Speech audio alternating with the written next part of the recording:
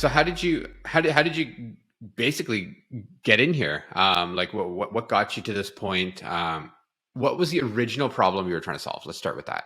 I'm blaming me using Home Assistant partially on Yale for my locks and partially on Phil because he created a blog post which I followed heavily and use all the time for dishwasher and washing machine notifications. And I have extended that as well to my tumble dryer because I have a tumble dryer here in the UK. They just all use the same plug. Hmm. Um, and Mm. so the Yale locks, I couldn't get them into HomeKit through Yale directly. I think Command 4 have got an option where I could have done that, but it's pretty pricey. And the ZebWave modules were like £30.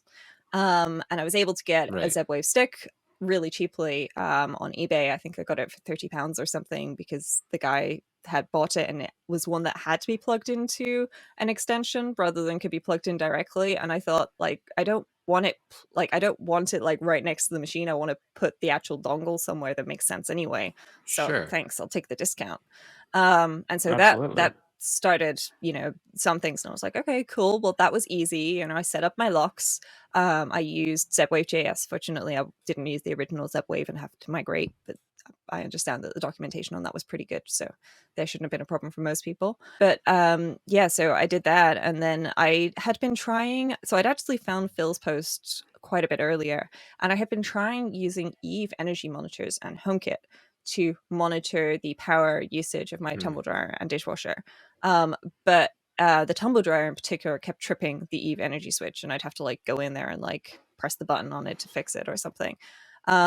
And Right. that just didn't feel good. And then in the Home Assistant forum, I read somebody was using, I think it was a TP-Link HS110 smart plugs with energy monitoring in the UK for their washing machine and their tumble dryer.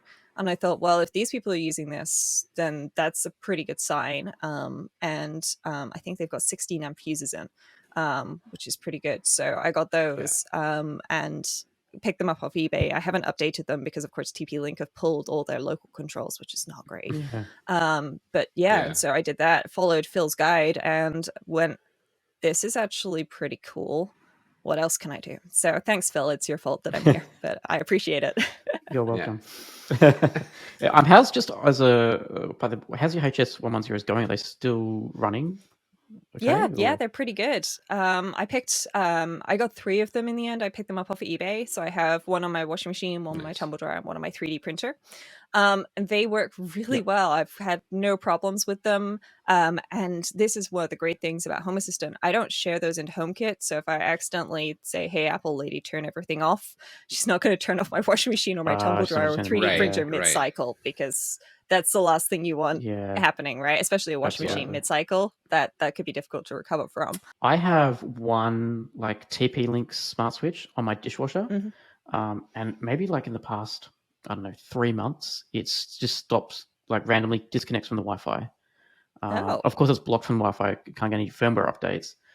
yeah. So now I'm looking for another energy monitoring replacement smart switch for that. So Mm. yeah, Interesting. Well, if I had to do something different, I'd probably go with a Zigbee one, just because there are so many more Zigbee options out there. And of course, then I Yeah. don't have to, interesting. Yeah, worry about somebody killing local access because you can't kill local yep. access with Zigbee because how else are Yeah. you going to be able to talk to it?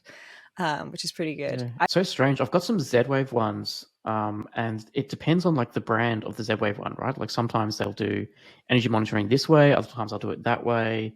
And Zigbee, I don't know, down here in Australia, it's really hard to find like a smart switch that can do energy monitoring as good as like a Yeah. Z-Wave smart switch can. So yeah, it's annoying. Yeah. Yeah. And I'm definitely don't want to go Wi-Fi. Want to avoid that as Mm. much as I can. Yeah. Yeah. Yeah.